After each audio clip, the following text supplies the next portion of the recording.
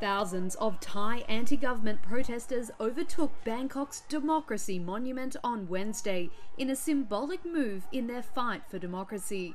Earlier in the day, they had faced off against supporters of the monarchy as political tension boils over after 3 months of demonstrations. In one corner, pro-democracy protesters repeated their calls for the departure of the Prime Minister and former junta leader Prayut Chan-o-cha, as well as a new constitution.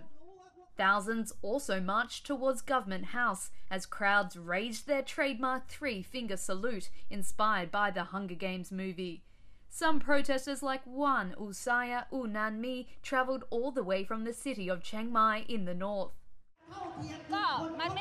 There is no equality in our country. The economy is down. We want to do something to ensure our future survival. There's no future for us now. We can't even do business. Just a few dozen meters away, hundreds of royalists assembled too, dressed in yellow along with members of the security forces.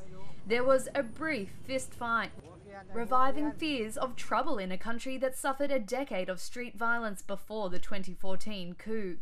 However, throughout the day, the two sides managed to largely keep apart. Leading his group of royalist supporters, Buddha Isara said protesters could demand democracy, but must not call for reforms of the monarchy. It's their right to call for a democracy, dissolve the parliament, or ask the prime minister to step down.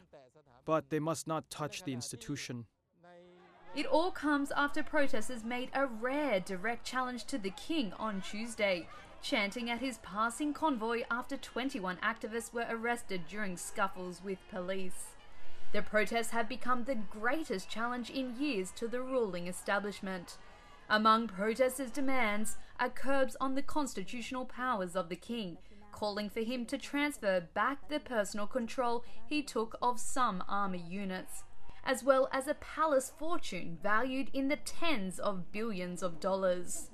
The government made no immediate comment, but has said people have the right to protest but must obey the law. Meanwhile, the palace has repeatedly declined to comment on the protests and their demands.